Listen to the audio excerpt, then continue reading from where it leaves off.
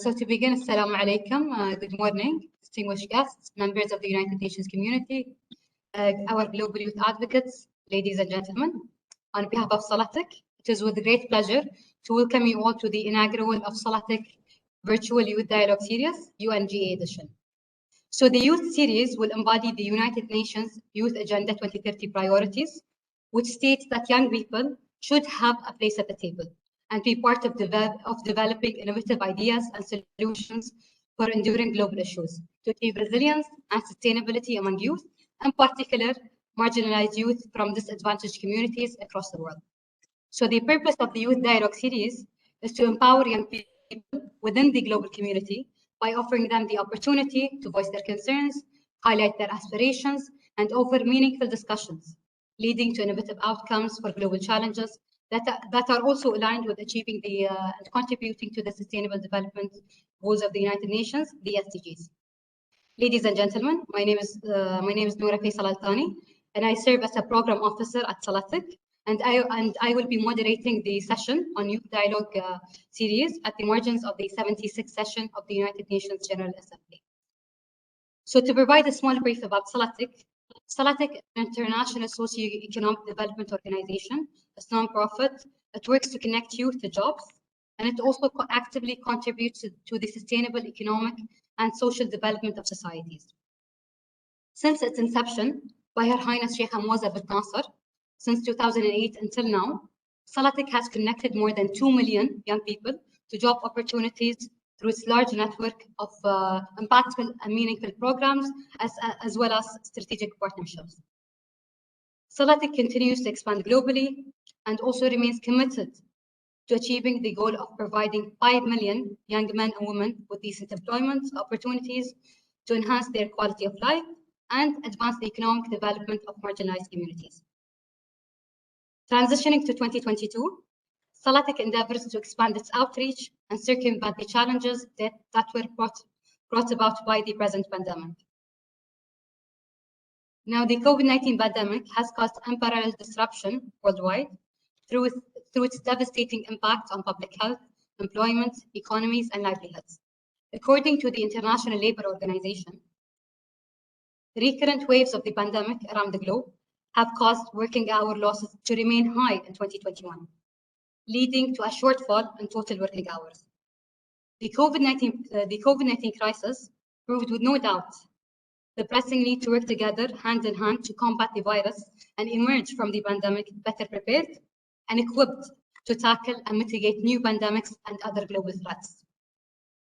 With no further ado, please allow me to give the floor to Mr. Hassan Ali Al-Mulla, Silatech CEO. Al-Mulla has assumed his role at the helm of Silatech since February 2021. Al-Mulla has previously served in key leadership roles across finance, mergers, and acquisitions at Royal Dutch since 2014. Presenting the opening keynote, please kindly welcome Mr. Hassan Ali Al-Mulla. Thank you, Noura. Your Excellencies, distinguished guests, respective youth advocates. I would like to welcome you all to the inaugural Silatech Youth Dialogue Series, UNGA Edition, virtual side event, at the margins of the 76th session of the United Nations General Assembly. We are privileged here to join forces with the Permanent Mission of the State of Qatar to the United Nations, Generation Unlimited, the Bill Melinda Gates Foundation, and our dynamic global youth advocates. We are here to aim the spotlight on the role of youth socioeconomic empowerment in achieving global resilience in the COVID-19 era. This is an exceptional opportunity to demonstrate youth resiliency, amplify their voices, and present youth challenges in front of the world leaders' agenda. Youth are often the most vulnerable to unfortunate circumstances and global crisis. The COVID-19 pandemic and the global state of emergency have had disastrous effects on the labor market, causing unparalleled disruptions and jeopardizing youth access to resources, education, and decent employment. The instability of the economic landscape continues to place marginalized youth at the greater risk of forced displacement, thereby inhibiting their capabilities to achieve their potential, sustain their livelihoods, and enable the economic development of their communities. Silatech operates in fragile states where there is no infrastructure, where we often are trying to push the development agenda by offering marginalized youth real alternatives to lead enriching lives, amongst the chaos of war, volatility, and poverty. At Silatech, we believe that investing in millions of marginalized young men and women is a great strategy to contribute to social cohesion, the future of work, and inclusion and inclusive economic growth. We design purposeful programs and provide youth with access to financial services and diverse economic opportunities. Access to finance services have been recognized as one of the most critical factors in eradicating global poverty, enabling the inclusion of marginalized young men and women in economic activities within their communities and beyond. We continue to challenge ourselves and others to develop impactful programs and innovative solutions geared toward youth job placement and enterprise development, especially in times of hardship. Silatech's methodology supports the creation of ecosystems which are conducive to youth empowerment, whereby youth become active agents of socioeconomic change. It has never been more important than now to work with our strategic partners as we turn the page on the devastating pandemic, utilizing the most powerful asset in society, that is its youth, to come back from global crisis stronger than ever. We actively pursue like-minded strategic partners and have restructured our operations to effectively lead the response to the global issue of youth unemployment in the era of COVID-19.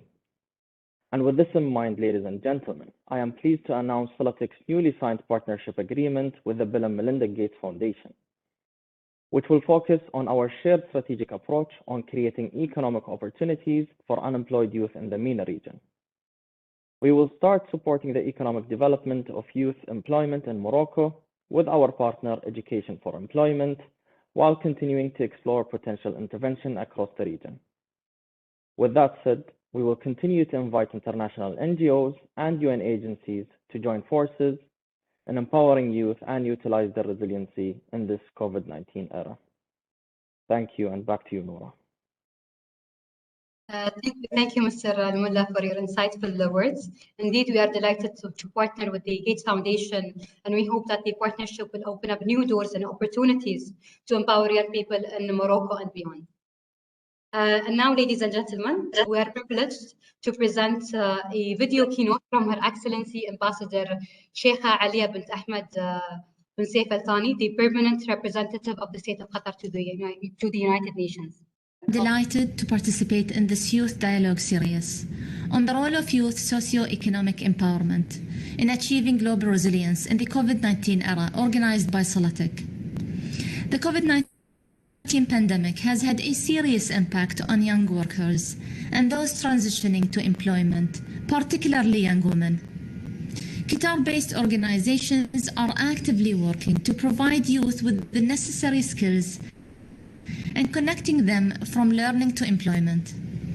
Among our organizations is Silatech Foundation. Silatech performs an extraordinary task in the MENA region, identifying decent jobs and economic opportunities for youth. I'm very proud to note that Silatech today stands as one of the most prominent organizations in the world that devotes its time and energy to contribute to the achievement of Sustainable Development Goal 8 on decent employment for all. Dear colleagues, the State of Qatar welcomes His Excellency Abdullah Shahid, the President of the 76th session of the General Assembly, announcement to establish a youth fellowship program to train youth diplomats and civil servants from least developed countries, landlocked developing countries, and small island developing states. The first of its kind. This program will give a key opportunity to young diplomats to be exposed to the United Nations system. I'm very proud to note that the State of Qatar was one of the first countries to make a financial contribution towards this important program. I would like to conclude by thanking Silatech and the organizing partners and wishing you a successful start of your Youth Dialogue Series. So that was indeed an impactful statement by our distinguished keynote speaker, Her Excellency Ambassador Sheikha Alia. For sure, COVID-19 had a devastating impact on young people around the world. And regarding the announcement, we would like to also encourage young people to seize this opportunity and apply. Moving forward, ladies and gentlemen, I'm delighted to introduce our keynote speaker and panelist, Dr. Kevin Frey. Dr. Frey has diverse private and public sector experience as both an entrepreneur and an executive, spanning the education, technology, human capital, and international development spheres. Dr. Frey, you have the floor.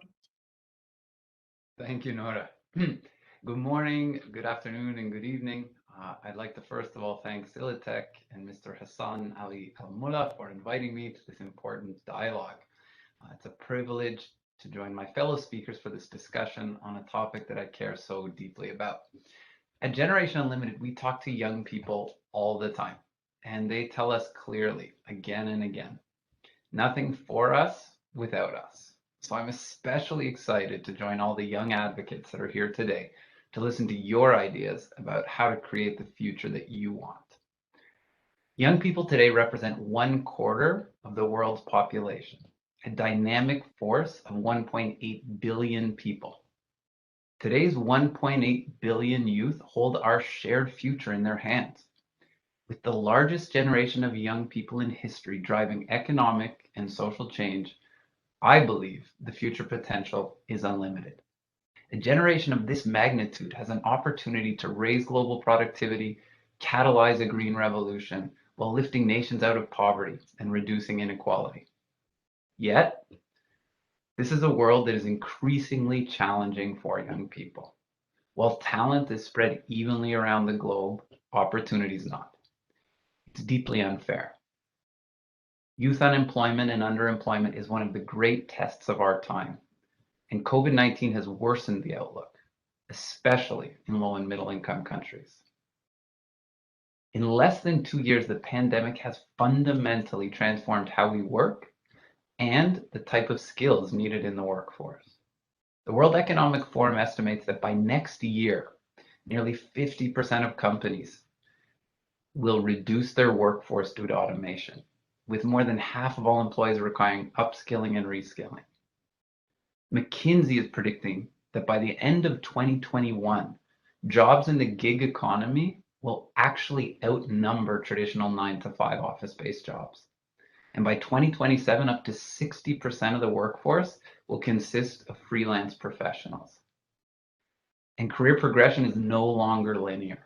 A young person today can expect to change careers 5 to 7 times during their working life.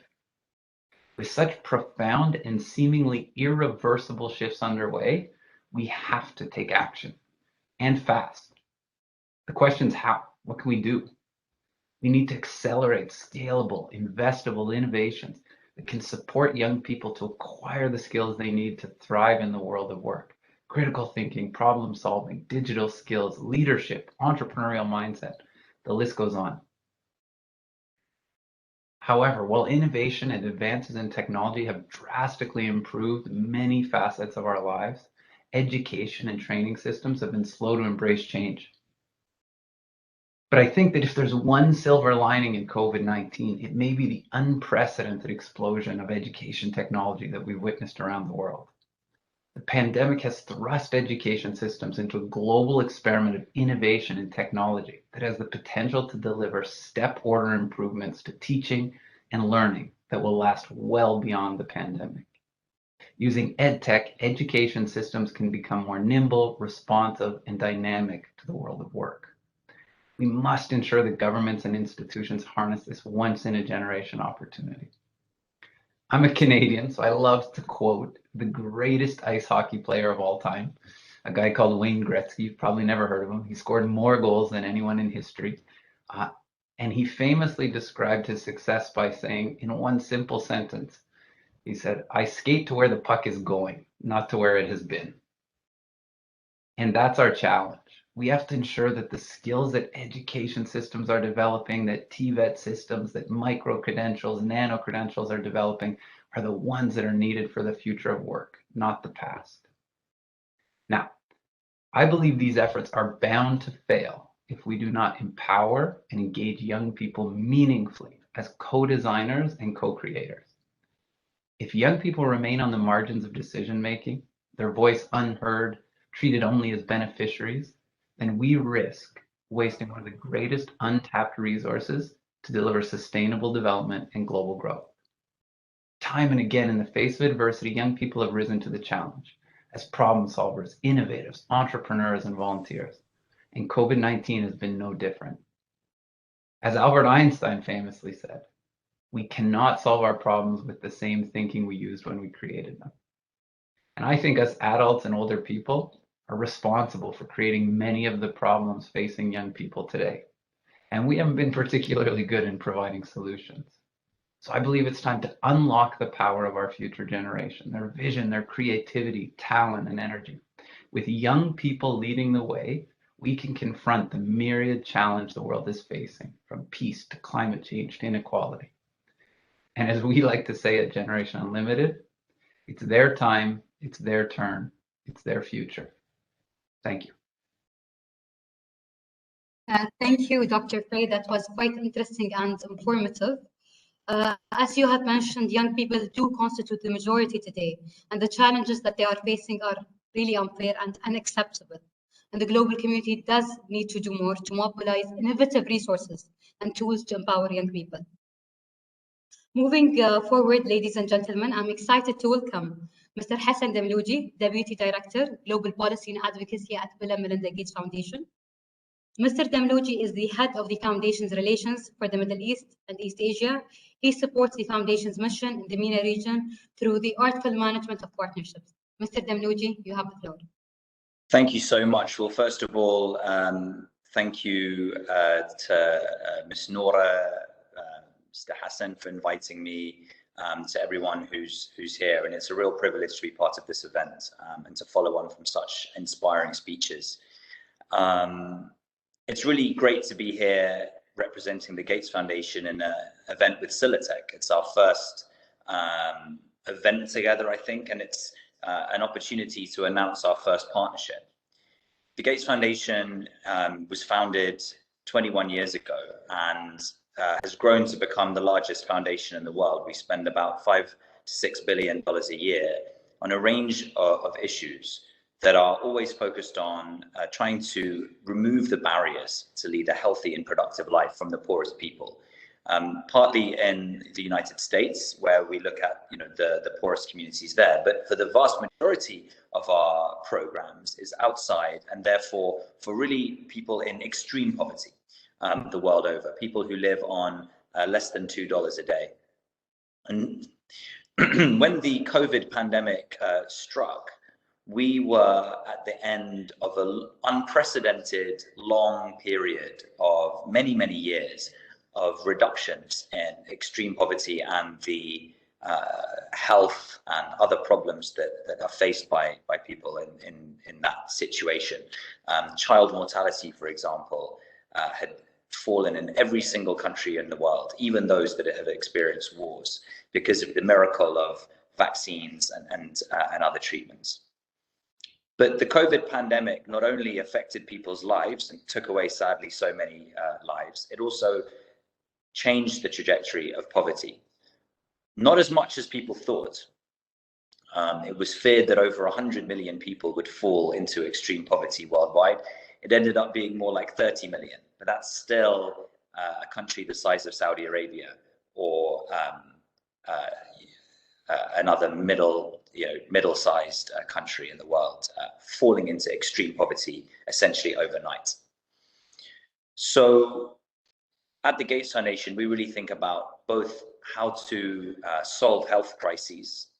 The pandemic is just the most well-known of many infectious diseases that take away the lives of hundreds of thousands of people, often children, every year, but also to think about how to build back better and turn around the trajectory of increasing poverty. And of course, it is true that in the MENA region, there is the highest youth unemployment rate in the world. And therefore, when you are thinking about the Middle East and North Africa, youth unemployment is always going to be near the top of the list of issues that you care about. Our relationship with the state of Qatar goes back many years and has focused on really large partnerships that have the opportunity to transform the lives of thousands, if not millions, of people.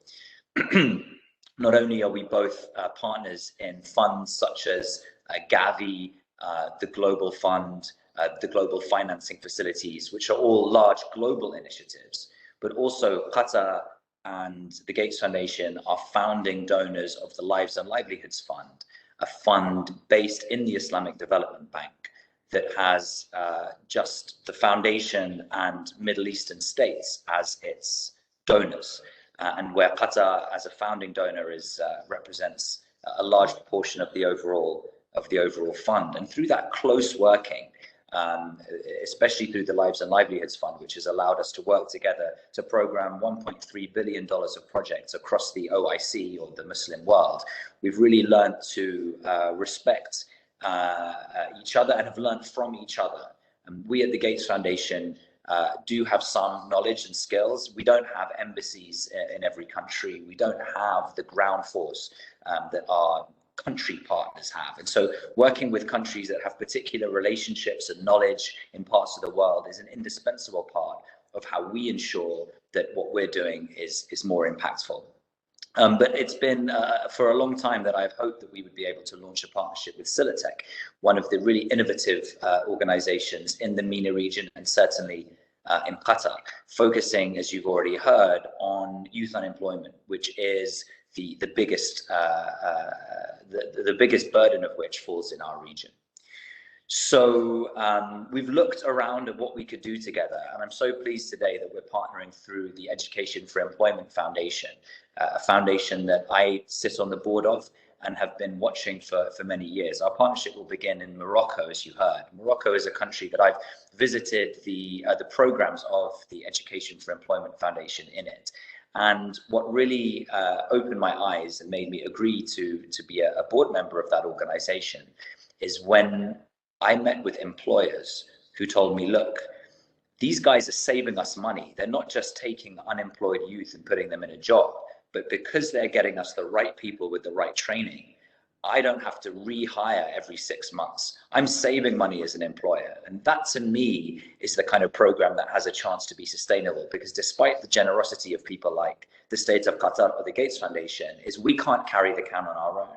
Unless it's sustainable, that businesses see the incentive to invest, these solutions will not tackle the great problem of youth unemployment across the region. So I believe that Education for Employment Foundation is an innovative partner that has the ability to build the case that these youth should be employed in a sustainable private sector funded way, but they need our help for now, and that's why we're happy to partner to give them that support to get 8,000 young people opportunities to work. It's just the beginning, but I'm really proud that we're announcing that today, and I look forward to the rest of the conversation. Thank you so much. Thank you so much, Mr. Hassan Damlouji. I do believe that the work that you're doing at the Gates Foundation is quite incredible, and we look forward to implementing our global partnerships with the Gates Foundation and EFE, Education for Employment, in Morocco, to restore hope and dignity through reskilling, capacity building, and meaningful employment for marginalized youth. And now, ladies and gentlemen, we are pleased to present to you a Silatech film that captures the struggles of marginalized young men and women and demonstrates our transformational impact to drive socio-economic development of youth within their own communities and beyond.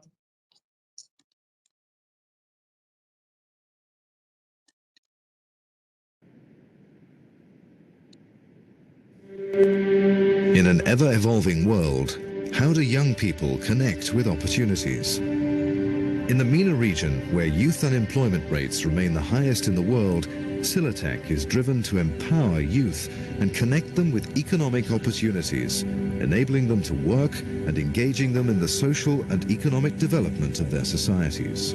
مني بديت المسار ديالي الرياضي كنت نطمح أن يكون عندي شي صال، يعني وأنا في عمري 15 عام كنطمح أن يكون عندي صال.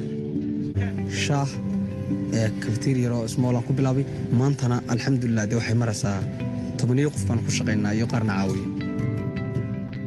قرأت في الإنترنت عن مشروع دعم ريادة الأعمال الشبابية والشمول المالي المقدم من الاتحاد الأوروبي ومؤسسة سيلاتك عبر بنك الأمل.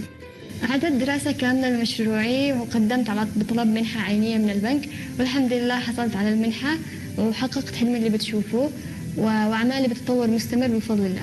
كل الناس تأثروا بالحرب في اليمن. أنا بالنسبة لي وصلت إلى مرحلة صعبة جدا. أسعار الألمنيوم ارتفعت بشكل كبير والكهرباء أصبحت غالية، ويوم بعد يوم يقل رأس مالي وأصرف من جيبي، إلى أن وصلت إلى مرحلة حرجة وكنت أفكر أغلق الورشة، لكن الأسرة والعمال من يصرف عليهم؟ سمعت عن منح الاتحاد الأوروبي ومؤسسات سيلاتك التي تصرف عبر بنك الأمل. جاء لي هذا الخبر أنقذني من الأزمة. من أنا وصغيرة كان حلمي أطلع كوفيرة.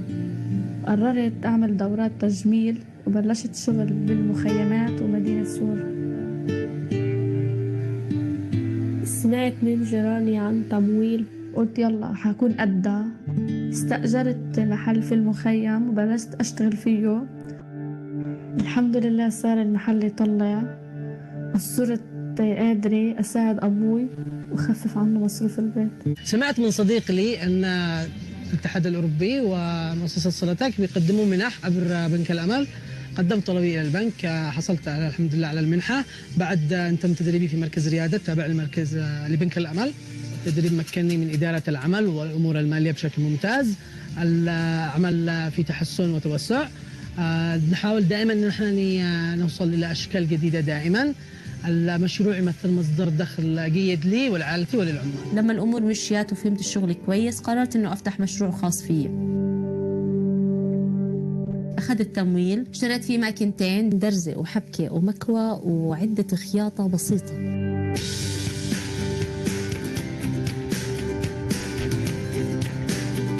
بعد سنتين من الشغل صرت كثير معروفة، دخلت شغل جديد عندي على المحل، وظفت بنت تانية معي وعلمتها طريقة الشغل. أخذت تمويل تاني، اشتريت ماكينات جديدة، صار عندي عدد زبائن بزيادة لأنه صرنا سريعين بالشغل. يعني القطعة اللي بتيجي ما بتاخدش 5 دقائق وطالعة من عندنا. Silatech continues to empower youth and their families by providing much-needed access to opportunities where they would otherwise be susceptible to radicalization, unemployment, and poverty. So, in an ever-evolving world, how do young people connect with opportunities? Silatech.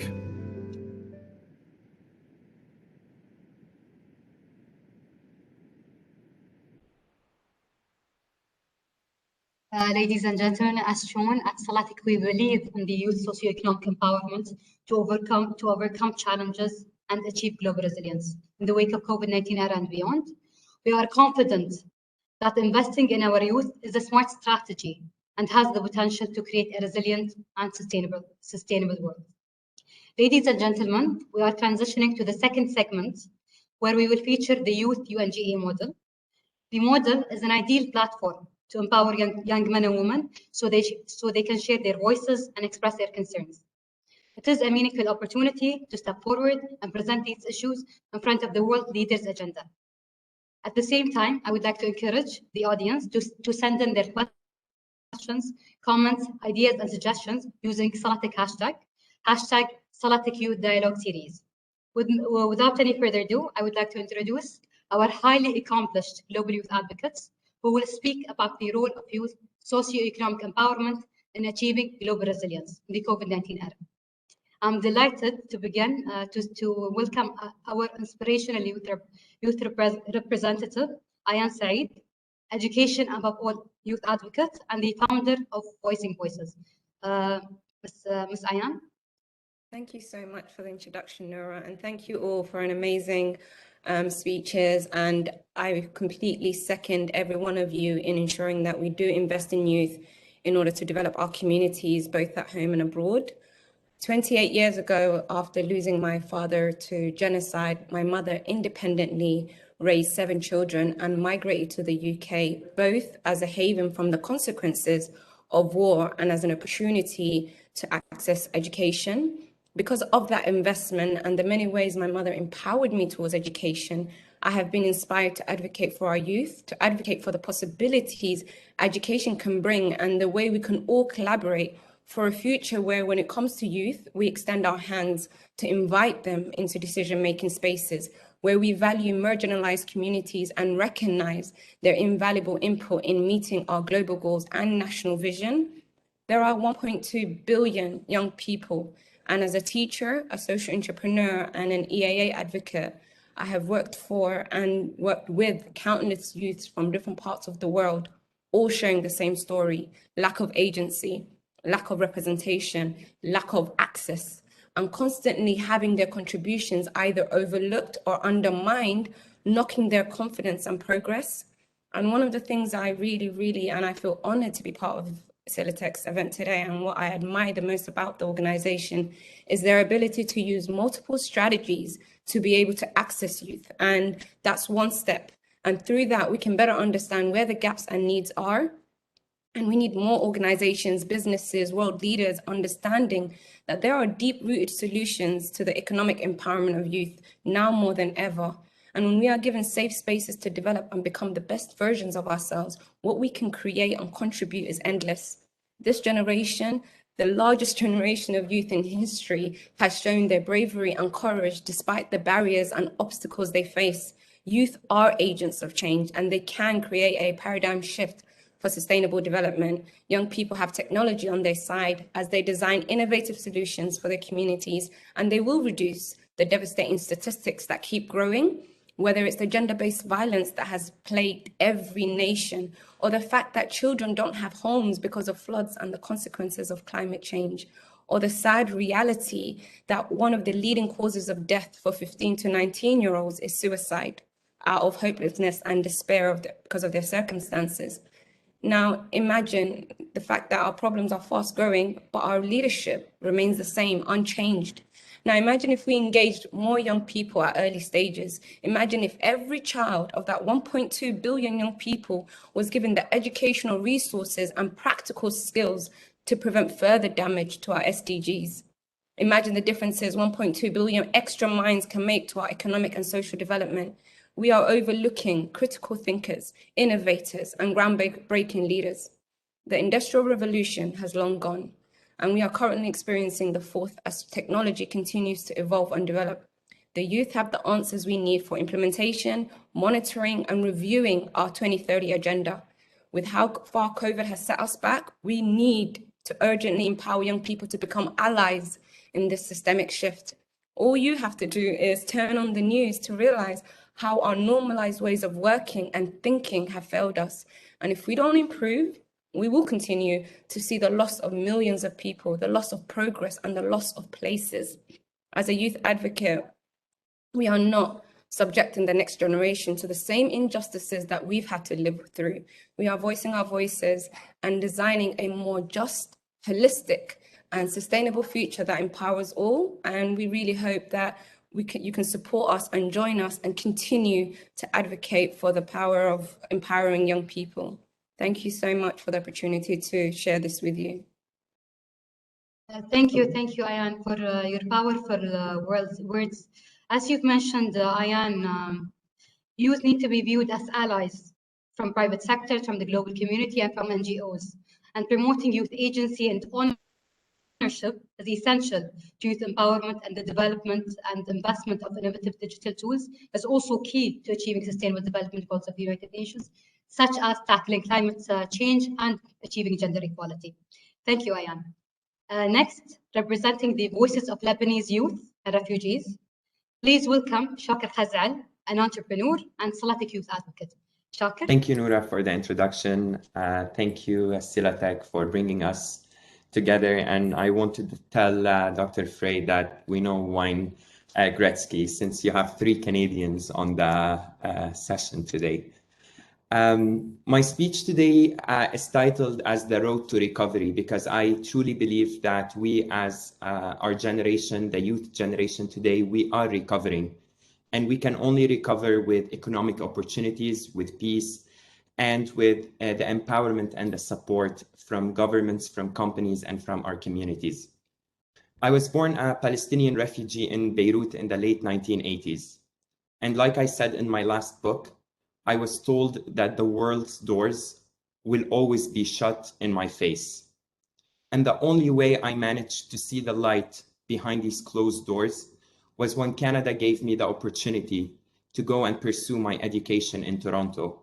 And later, I found a job in the Canadian labor market. Now, fast forward 30 years, and as the world is reopening after tough 2 years of COVID-19 closures, youth are facing challenges to reintegrate, to establish themselves.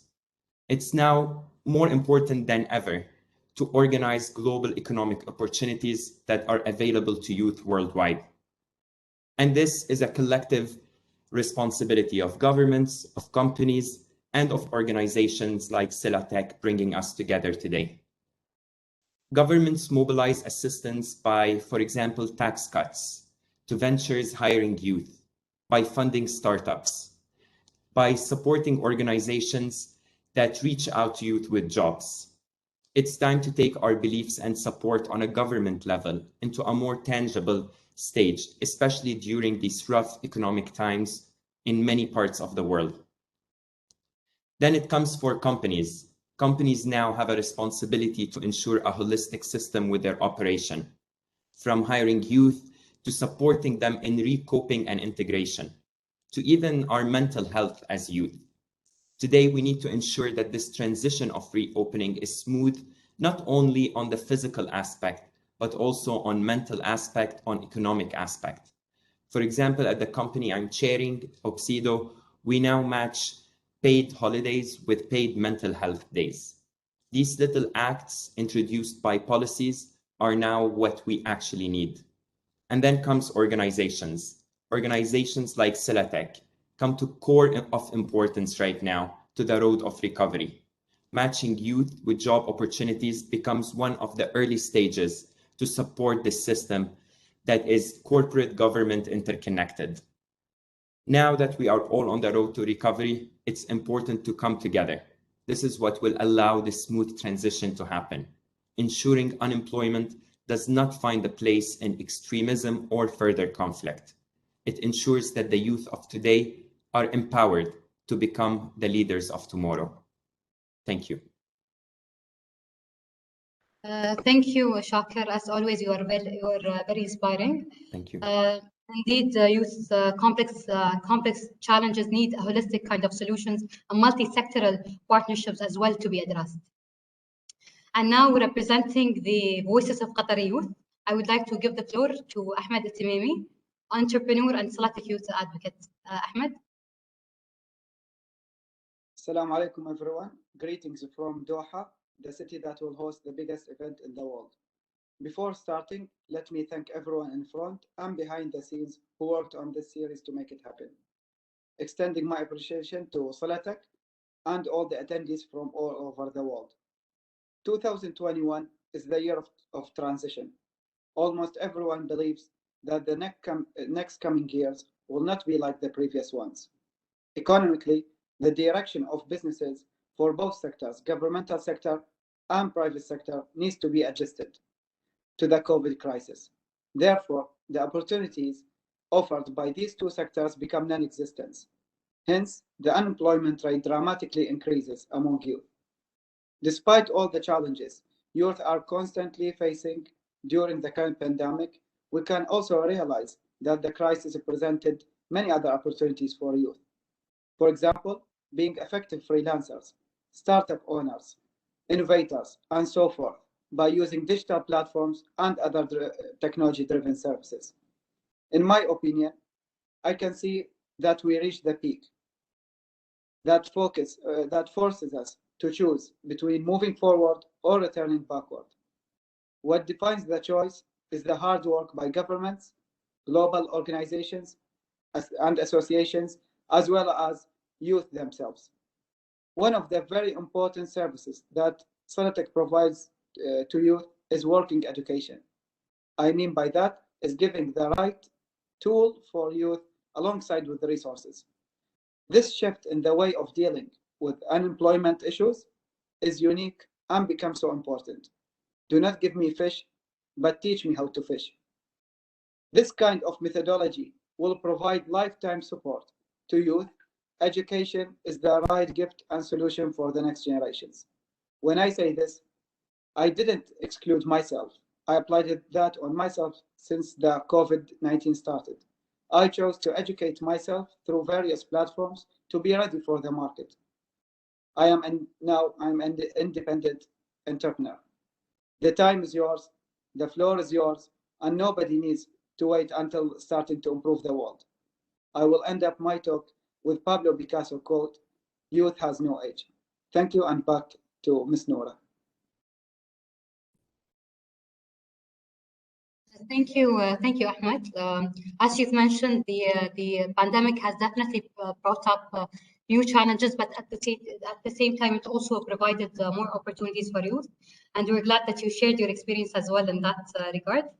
Moving on, representing the Voices of Africa, please welcome Musa Sawania, Impact Youth Africa co-founder from Gambia. Musa? Thank you, Nora, and good morning, good afternoon, and good evening to all the invited guests, distinguished ladies and gentlemen. I'm so glad that I'm the only one from Africa. It's pleasant to see that here. And let me start by saying that the status quo is clear enough to justify Silatech's call for youth employment. Because according to the International Labour Organization, around 1.5 billion people live in countries where they are experiencing violence and fragile situations. These fragilities and instabilities have created a situation where youth empowerment becomes secondary and less important. And the sensitivity of the youth has been greatly challenged due to the entrenchment into the treacherous triangle of illiteracy, unemployability, and poverty. The lack of youth empowerment continues to cause economic, social, and environmental vulnerability with a vicious cycle of fragility and violence. And the persistence of this fragility and poverty has created an environment where youth are cheaply available for manipulation by terrorist organizations and self-seeking politicians. Ladies and gentlemen, it is palpable that the vulnerability and stress of the youth have been worsened by the COVID-19 pandemic. It has tragically disrupted lives and livelihood, and the pandemic has revealed the level of inequality in our world. It has shown how the global wealth is in the hands of the few, thus making life worthless for the defenseless youth. Now, what is peculiar, what is unique about this thing is that, to me, the youth are the engine of our society. They are the cream. But to some youth, life is worthless. To others, life is full of hope. Hope that the calling of Silatech for youth empowerment will be resolute with the people in power. For them, the people in power, to understand that the solution to unemployability and global peace is by giving the power to the youth. Power to stand firm on their own. Power to empower other youth. And power because youth inclusion reduces risk to social and political instability.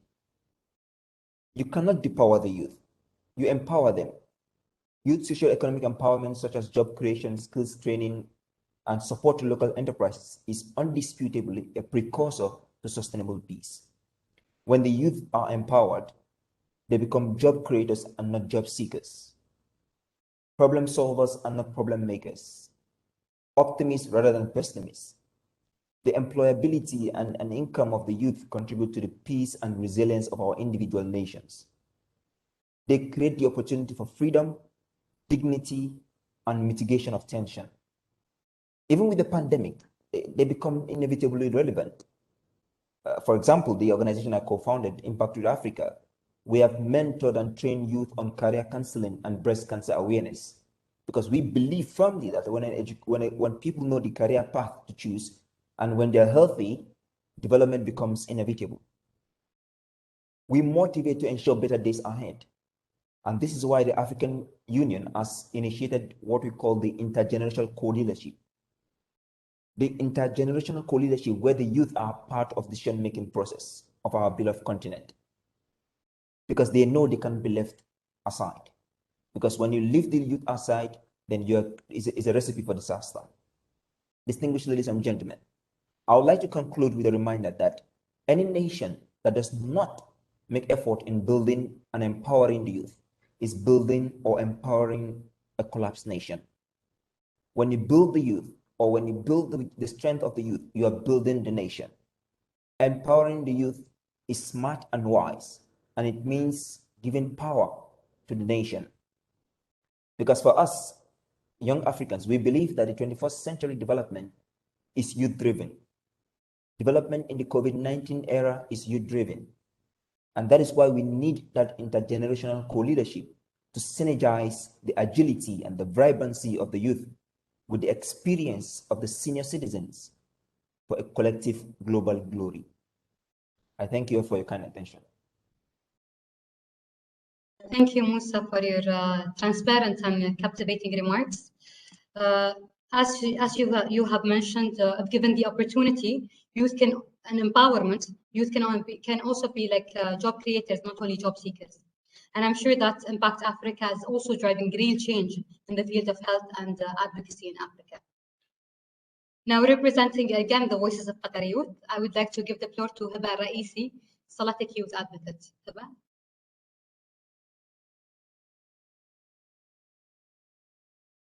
Hiba, you're on mute. Okay. We cannot hear you, Hiba.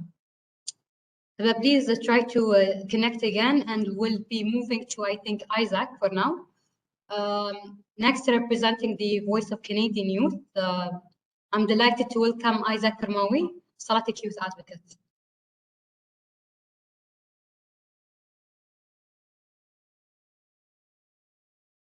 Isaac?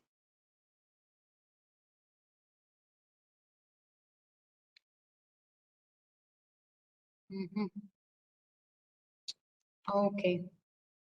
So I think Isaac is also not here. No? We will be okay, Hiba, we can hear you. Yes.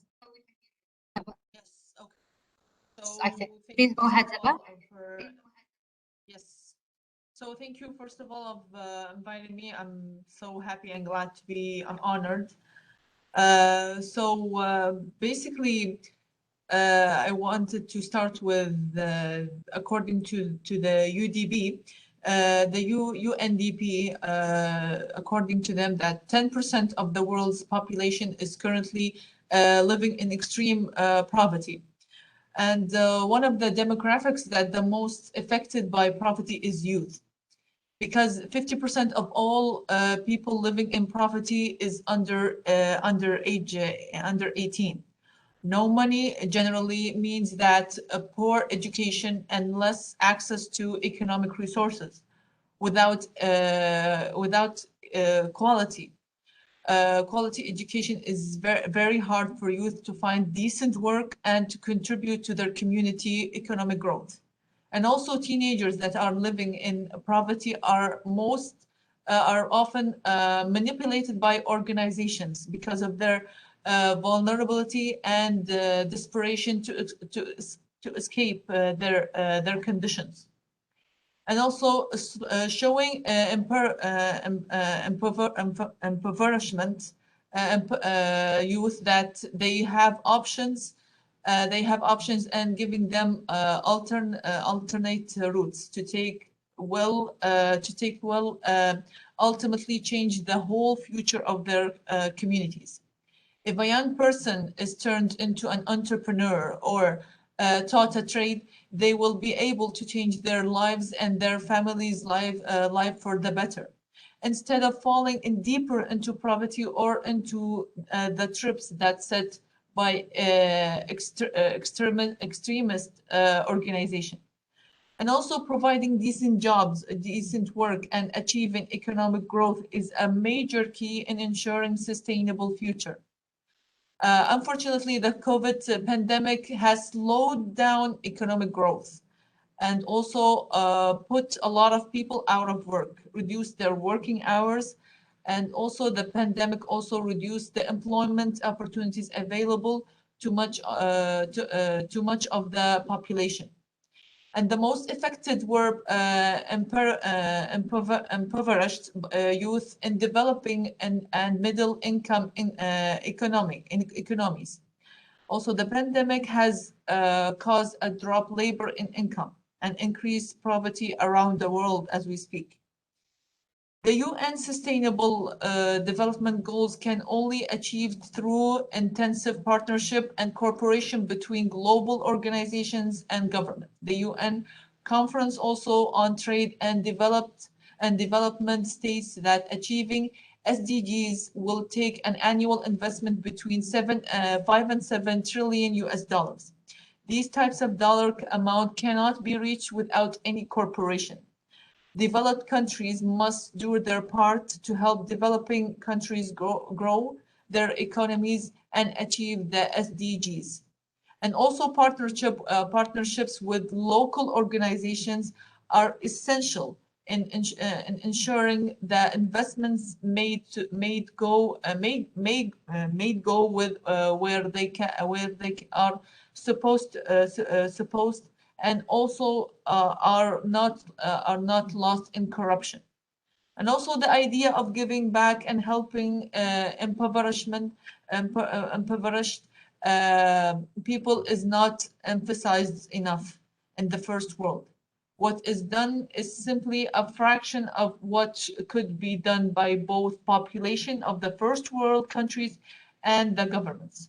More has to be done to promote equality between genders, classes, races, and countries, especially in such difficult times in the COVID pandemic. We must come together to overcome the economic hardships that have been emphasized by the pandemic. Back to you, Noura. Thank you, Hiba, for your remarks. Indeed, providing decent jobs.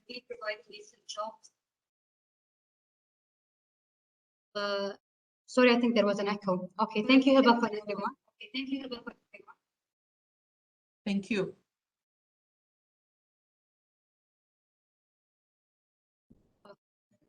Okay, so thank you, Hiba, for your remarks. Indeed, providing decent jobs is essential to ensure that young people are afforded the dignity, integrity, and decent living. Next, representing the voices of Canadian youth, I'm delighted to welcome Isaac Farmawi, Silatech Youth Advocate. Isaac. Thanks, Noura, for the introduction. Good afternoon, everybody. So my father is a Palestinian refugee from the Rashidiya camp in South Lebanon, and my mother is from a small fishing village in the poorest province in Canada. Growing up, the importance of education was always stressed to me by my parents. Both of them were able to escape their circumstances and build lives for themselves through education. However, in today's world, a university degree does not hold the same significance or provide the same security that it once did. This is why it's so important to stress the significance of both practical and employable skills training and entrepreneurship to the youth. According to the International Labour Organization, youth are 3 times more likely to be unemployed than adults, a shocking fact that raises great concern for me for our future. The future is driven by youth, and any plans made at a table where youth do not have a seat or a voice are nothing more than plans.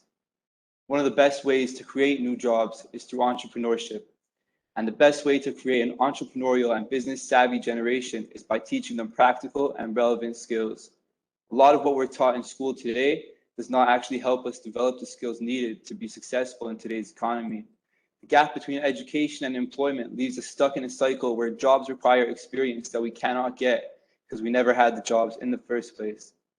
Often what's stopping young people from becoming entrepreneurs is a lack of capital. It takes capital to launch a business, and without the confidence of senior investors, without the confidence of senior investors, it becomes a very difficult process. This is why what Silatech does is so important to our future. Helping young people to employ their peers and build businesses is key to the prosperity and the economic growth of our communities. Unemployment among youth leads to disinvolvement and detachment from society and a general lack of hope for the future. The employment and involvement of youth in a community are driving factors that determine the futures of communities. Detachment from society among youth leads to higher crime rates, less jobs, and less economic growth.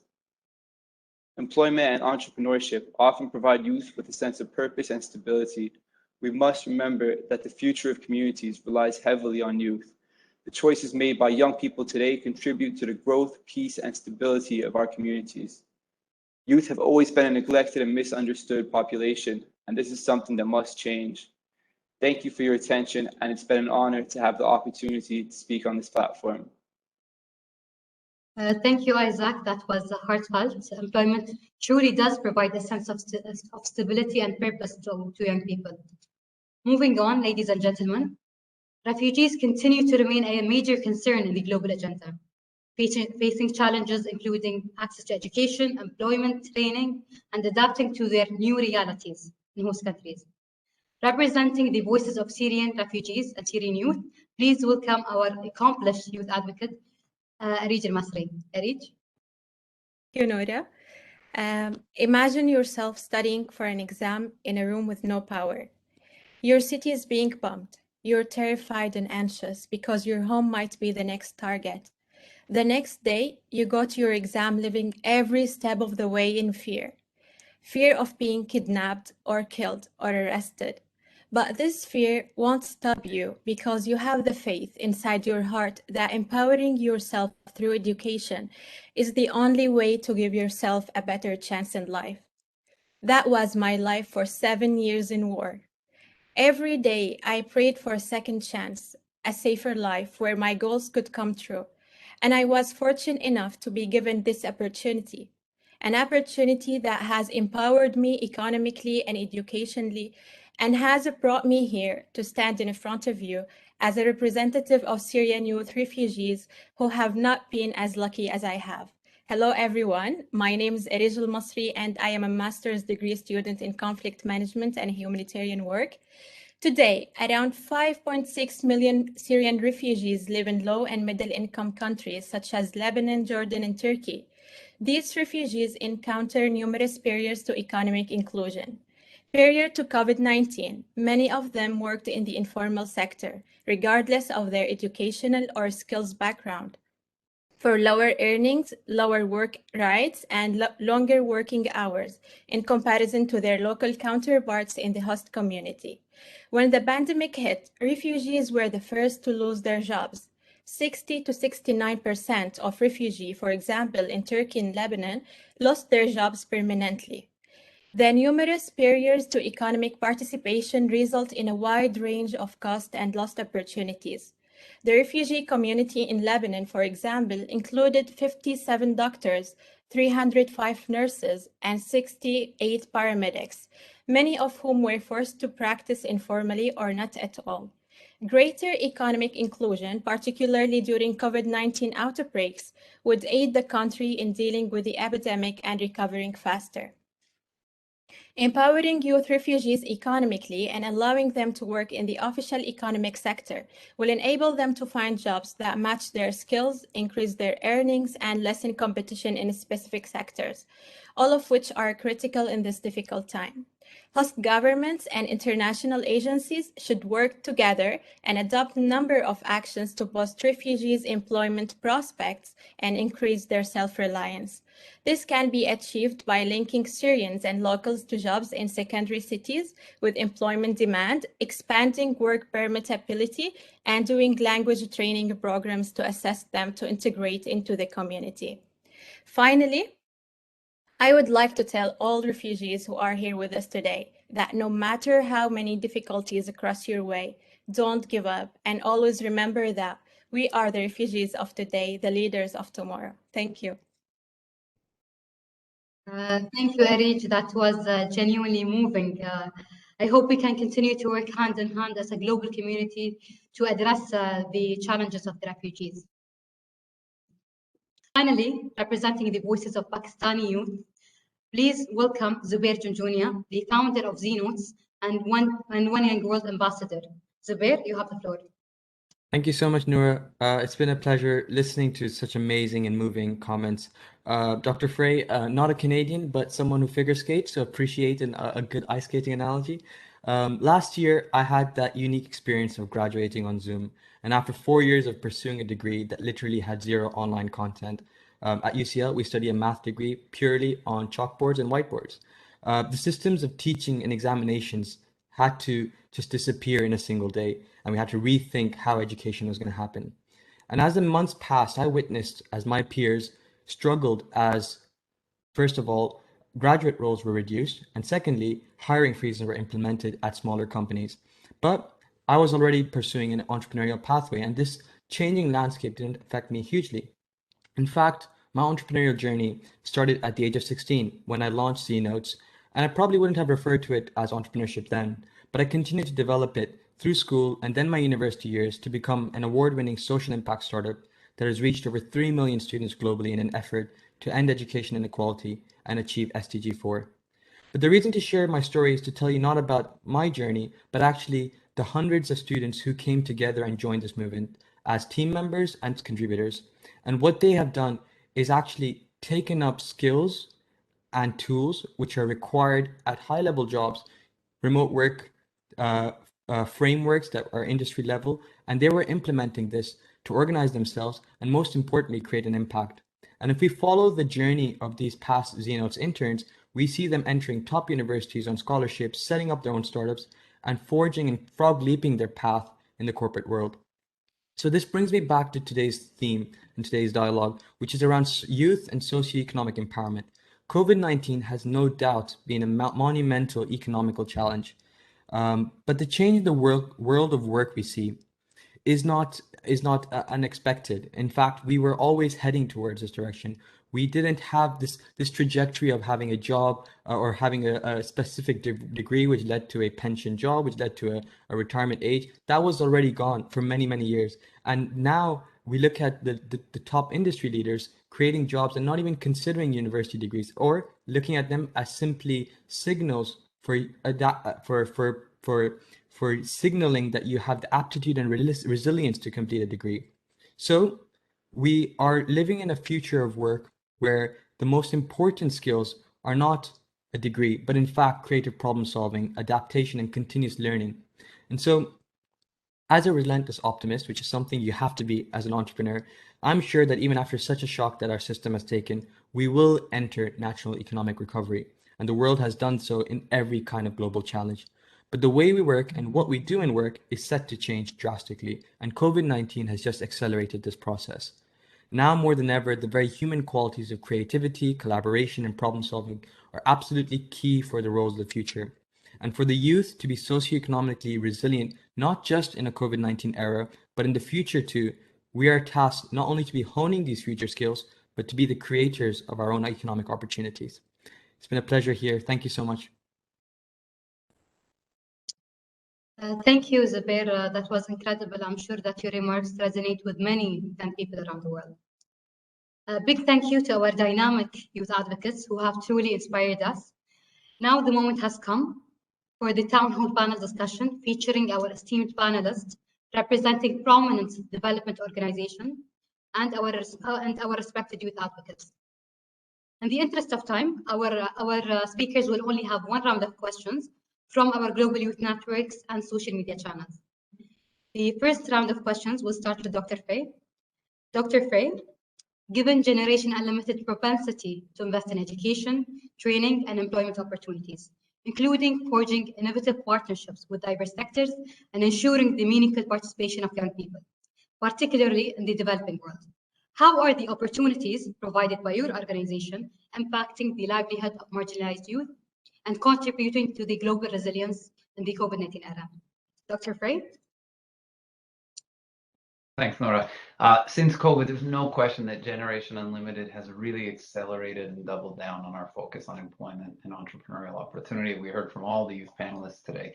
It is the single most important challenge facing young people today. That's not to minimize some of the other challenges around mental health and social stability, but we need to get young people back to work, providing dignified livelihoods. To do this, and Generation Unlimited is a multi-stakeholder partnership that brings together titans of industry, heads of state, some of the leaders of some of the biggest UN agencies, development banks. There's no question that those actors have to work together in concert with young people. We need the private sector, the demand side of the equation, along with the public sector, which is the supply side, which is creating those skills. As we just heard from Zubair, the skills being delivered in the university sector, even the high school sector, are not the ones demanded by the labor market. So we have to bring public, private, and youth together to redefine, to reimagine education. How are we doing that in the specific? We have global CEOs of big companies like Unilever, SAP, and PwC that sit on Generation Unlimited's board. And I can tell you that the very, very top of these organizations are absolutely focused on youth employment. For instance, the CEO of Unilever made a commitment to 10 million youth just earlier this year to find them both skills and employment. And these are companies that have over 250,000 global employees each, and they're making training, internships, and mentorships for young people highest priority.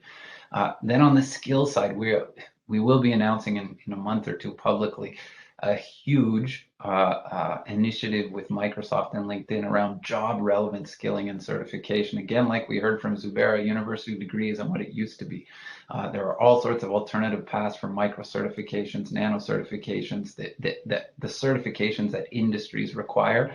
And platforms like LinkedIn provide real-time data feedback, dynamic feedback about what the labor market is demanding. We're working with huge job tech companies like Jobberman in Africa to connect youth to the jobs that exist today. We're delivering entrepreneurship curriculum at scale in India. We're funding ventures, youth-led ventures, both social and for-profit, through our Youth Challenge, and we're working in social impact through our Global Volunteer Initiative with over 10 million young volunteers driving change globally. Maybe just one final comment. We're also looking to mobilize major resources, and we worked with the World Bank to announce $1 billion of funding aligned to Generation Unlimited's priorities of youth skilling, employment, and entrepreneurship. So I do think when you bring all these players together, and they're all necessary conditions to solve this problem on a global scale, we actually have a chance to change the trajectory of the future with and for youth. Thank you, Dr. Frey, for sharing your insights. Honestly, I do believe that Generation Unlimited is a global model in terms of addressing the challenges of COVID-19, especially on young people. Now let me go straight to Mr. Hassan Al-Mulla, Silatech CEO. Mr. Al-Mulla, investing in skills, education, and capacity building is critical to attaining jobs and launching income-generating enterprises for young people. What role is Silatech pursuing to ensure the confidence and sustainable support to mitigate risks and secure the participation of international financial institutions? Mr. Al-Mulla? Thank you, Noura. I mean, there is no doubt that investing in youth, in my opinion and in the opinion of many others, is that it's the most profitable investment any organization or any country can make. Silatech has always aimed its intervention to marginalized communities where its innovative youth had no support and most importantly, they lack the access to tools like finance or incubation. Our intervention revolves around introducing a new market segment to the local finance providers. In some cases, it's the MFIs, which is the microfinance institutes. That new segment is actually the unbankable youth. Those are the youth that lack the experience, they lack their positions as collaterals. In the same time, they lack the credit rating history. What we noticed is that when you give someone who is in dire need the chance of a lifetime, they would do their best to succeed, and they would do the impossible to succeed. And this is when the partnering financial institute realizes how profitable this segment is, encouraging them to continue providing support and financial services to the segment even after we leave.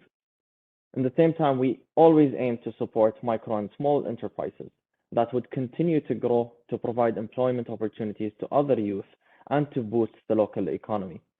Overall, we believe that the success of an intervention is what makes others want to continue with it, even after we leave the country. Thank you, Mr. Al-Mulla. Silatech promotion of the entrepreneurial mindset and efforts to provide opportunities for young men and women is absolutely critical. Otherwise, of course, we're going to lose another generation to youth unemployment. Here, we would also like to urge the financial institutions, governments, and NGOs and private sector to also join forces with Silatech to maximize impact and tackle the marginalized youth unemployment. Moving on to Mr. Hassan Damlouji.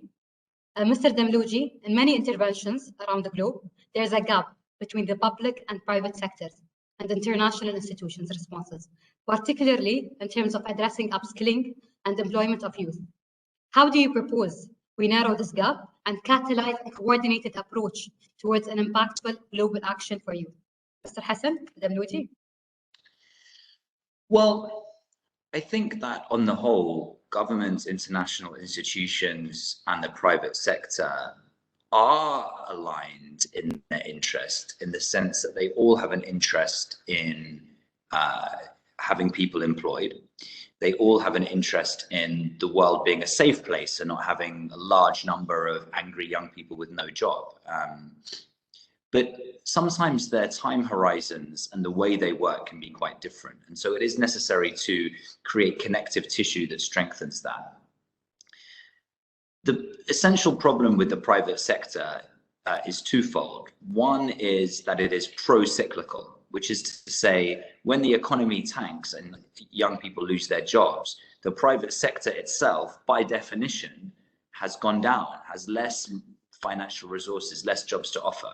And that makes it harder to step up when you're in the most difficult times. The government, on the other hand, is pro-cyclical, is counter-cyclical. The government can invest more when the economy is bad, and should and does do that in countries that can afford it. You have stimulus spending to counter the cycle of bad business environment. And so if you really want these two to work together, the government needs to use its counter-cyclical resources to empower the private sector to do its job. There's lots of ways you can think about that. I mean, one example in the UK, they had this scheme called Eat Out to Help Out. It wasn't giving cash to people, it was subsidizing meals in restaurants during the pandemic when restaurants reopened, so that you're stimulating demand, and through that you create jobs. And of course, jobs in restaurants are often young people, so you're creating jobs for young people by stimulating demand and allowing business to be counter-cyclical and to expand at a time of economic contraction. If you just hand out money to people, that will not necessarily go so much towards youth jobs. So there are ways that you can connect the business cycle with government if you're smart in that way. International organizations and governments are also inherently linked, because it is governments that support international organizations more than anyone else. But of course, their priorities are different, because every government cares most of all about its own people. And that's right. That is the way that accountability works in this world. Whether it's a democracy or it's not a democracy, the government feels accountable to its people first of all. International organizations, by their very nature, are designed to tackle problems that go across borders. I think what needs to happen most of all is for us to make as strongly as possible, and this is what we do every day, the case for what we would call enlightened self-interest, the self-interest case for governments to act internationally, because it's not obvious. The obvious thing is I protect my own people. The less obvious thing is we're all connected.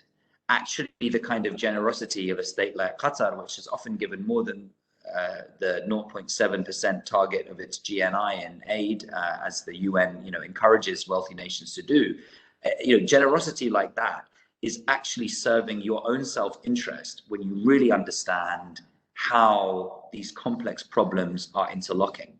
So I think in order to bring business, international organizations and governments together, we need to have programs through which the government works with the private sector in order to be counter-cyclical in boosting its activity in downturns, but also to encourage governments more and more to support international organizations, recognizing that we cannot solve these problems alone. Not Qatar, not America, not China, not any country is large enough to solve these problems on its own. So if we can make this today and in future opportunities, I'm sure you'll see these problems being solved in a more coherent, but also a more impactful way. Thank you, Mr. Hassan Damlouji, for your innovative remarks. Cultivating multi-sectoral partnerships between the government and, of course, the private sector and other representatives is absolutely important to narrow this unemployment gap. So now we will now I would like basically to put the spotlight on our remarkable youth advocates by taking questions from our audience across our social media channels. So the first question will be directed to Ayan. Ayan, okay, so the question is directed to Ayan. Ayan, the gender gap in the world of work is one of the most pressing challenges facing our world today. And with the pandemic, the situation has become much worse. In your opinion, What role does advocacy play in promoting women's rights in the workplace and women's access to employment opportunities? Thank you so much for that question, Noura. I think the way that we've looked at it is we've made women's rights or women's access to rights as if we've made it look like it's a women's issue, but essentially us not allowing women to have access to employability or us preventing women from joining the workforce is hindering the progression of our society, because we need this other half of the population to be able to contribute towards our economic development. In addition to that, women are the primary caretakers of the youth.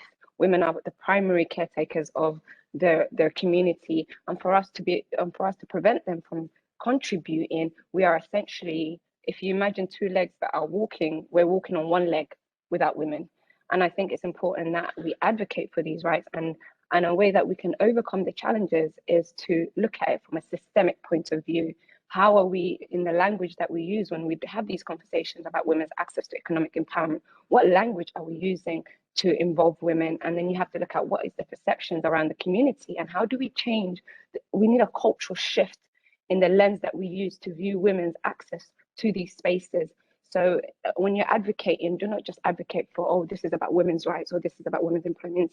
We need to advocate for a cultural shift that has caused this from generations upon generations upon generations. How do we break a continuous cycle that is around these misconstrued interpretations of what women can add?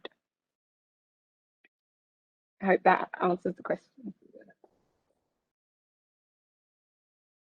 Thank you, Ayan, for your remarks. Definitely, the women's issues, the women's rights, women's access to the job market is definitely not a women's issues, and there needs to be basically gender equality in general to achieve development.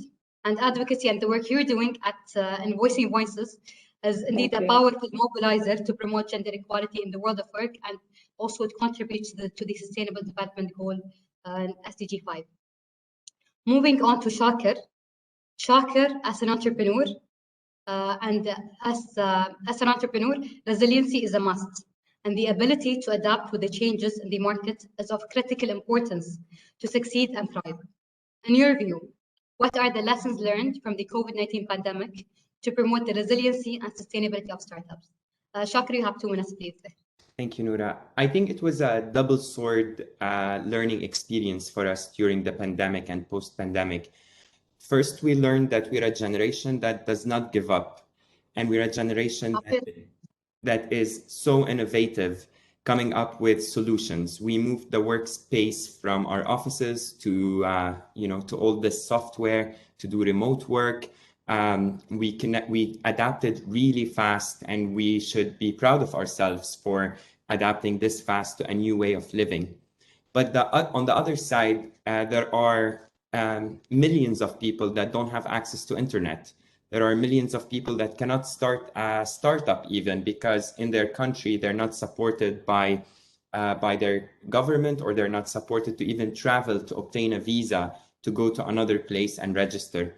There are so many challenges facing people who are not privileged to have all the tools and access that we have in so many parts of the world. So if it's one thing we learned as a humanity, it is how to think of the other person and how much we need to think of supporting other people. So we have more innovation, we have more startups, we have more ideas fostering and catering towards a world so fastly changing.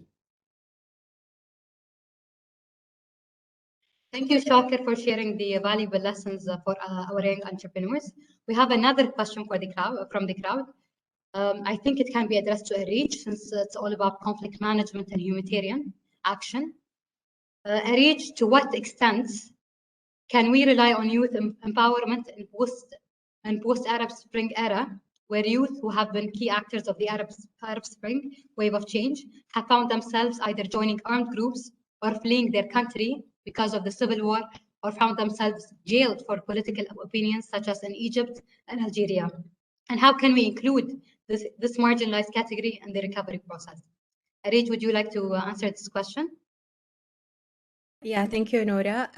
I think, youth have a great opportunity to change the whole concept of empowering youth who fled the conflict or who were part of, we can say like they were part of the military or were part in other campaigns or whatever. So we can rely on youth to change this aspect, to change this view of these people. So yeah, I think like it's more experience to question, and it needs like really deep study, like to see how people they can see these youth and they can accept, if they can accept them or not. But like we can play a good role. We can adapt with these. We can advocate for them to be accepted from the community. Definitely, Arij. And I do believe that many of those youth have had an opportunity in host countries as well, where they basically restore their hope by providing them access to education and employment as well. Finally, I would like to introduce Ahmed Al-Timimi and Isaac Karmawi to represent the Silatech call to action. Thank you so much, Noura. Before that, I just want to say for youth, like about and answering some of the questions as well. It's every youth needs to have positive mindset, work smart, not only hard, make a plan, accept support, think big, and do not give up. The call of action will be persistent youth unemployment and under-unemployment carry very high social and economic impact and threaten the fabric of our society. Failure to guarantee sufficient to generate sufficient decent jobs can result in long-lasting effects on young people. Tangible actions must be taken. There is an urgent need for a unique approach with measures to foster employment growth and decent job creation through innovative policies, employability, labor market, youth entrepreneurship, and youth social inclusion. Empowering young people, engaging them, and developing them is a means to create a better reality leading to better, sustainable, and peaceful communities. Back to Noura. Thank you, Ahmed. Please, let's proceed with the Shakir. Yeah. My call to action today would be first that we have talked how the world has become hosting the largest generation of young people. Over 1 billion young people, according to estimates of the United Nations. These young men and women are eager to help their communities to thrive, but we must make sure that they are empowered both socially and economically and provided with the right tools to be active agents in their communities. Second, the youth employment crisis, and this is one of the core work scopes of Silatech and of all of us in here. This has been affected a lot by the COVID-19 pandemic, and now it requires governments, corporations, financial institutions, the private sector, and NGOs to work harder to promote and to create and also maintain decent and productive jobs for the youth. And lastly, the COVID-19 pandemic had a big impact on young men and women, disrupting not only their jobs and employment prospects, but also their education and training, and risks reducing the workforce of an entire generation. And this must be addressed with policies, with discussions like this, and with the great work that everyone in this room and listening to us is promoting, advocating for, and working towards. Thank you.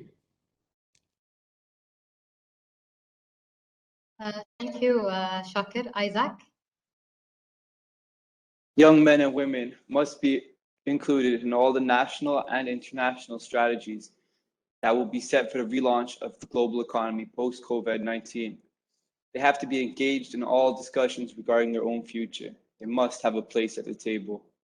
We must continue to engage world leaders to advocate for an impactful approach to stimulate the youth labor demand and improve skill development systems, aiming to facilitate the transition to the job market, enabling employment and self-employment ecosystems. We must prioritize the human rights for young people, especially the rights of education and work. Young men and women are usually left behind, and this has to be changed. Thank you. Thank you, Shakir, Ahmed, and Isaac, for your powerful statements. At last, one recurrent theme from our youth and esteemed panelists was that youth are the driving force for sustainable social and economic development and are indeed capable of achieving these goals. Silatech will continue to pursue the path forward to ensure that the call to action is implemented and our youth join forces with relevant entities to develop innovative ideas and solutions aligned with the UN SDGs 2030 and the Youth 2030 Agenda. Ladies and gentlemen, as we are nearing the end of the Youth Dialogue Series, I would like to give the floor to Silatech CEO to present the closing remarks. Mr. Al-Mullah. Thank you, Noura, and I would like also to start by thanking our esteemed speakers once again for sharing their experience and extend a special thanks to all our accomplished global youth advocates for their participation and their work on the Silatech Youth Dialogue Series call to action and follow-up mechanism. It has been very inspiring. As we look forward to driving the path towards positive impact within local communities worldwide, we reaffirm our commitment and endeavor to realize the objectives of the UN SDGs and the UN Youth Agenda 2030. We will use the lessons learned and learn from the raised challenges. At the same time, continue to benefit from our youth advocacy program to support our initiatives and to advance youth empowerment. Silatech will continue to offer youth, especially young women who are suffering from the deteriorating economic situation since the onset of COVID-19, a holistic approach and extensive opportunities to develop their capabilities and keep up with technology through various and specialized training programs, thus supporting them to gain valuable new skills and expertise, so they are better qualified to meet the demands of the global job market. Ladies and gentlemen, undoubtedly, the global community of innovative development organizations represented here today and across the globe have joined hands to make a change together with governments and youth advocates side by side. We will continue to work towards achieving these coveted goals as custodians of change for the youth, cascading all efforts down to every single voice heard and every job created, to encompass our key goals and strive to excel at delivering more and for even greater impact. Thank you, and back to you, Noura. Thank you, Mr. Al-Mullah. Now, ladies and gentlemen, as we conclude, we thank you for your participation and sharing your thoughts and concerns as youth, NGOs, decision makers, and government officials. It has been a great opportunity to have such an amazing and inspirational speakers in our event today, who have shed the light on the significance of empowering marginalized young people and how this would be a smart investment to achieve and advance the socio-economic development of youth, to sustain their livelihoods and for the future of their communities and the world. Lessons learned include that it is imperative that we continue to invest in human capital as a means to positively impact young people today and for generations to come. The challenges will always be there, but the most important factor is to have the ability and resiliency to tackle these challenges and thrive. Thank you everyone for joining us, and we look forward to having you in future panels. Thank you.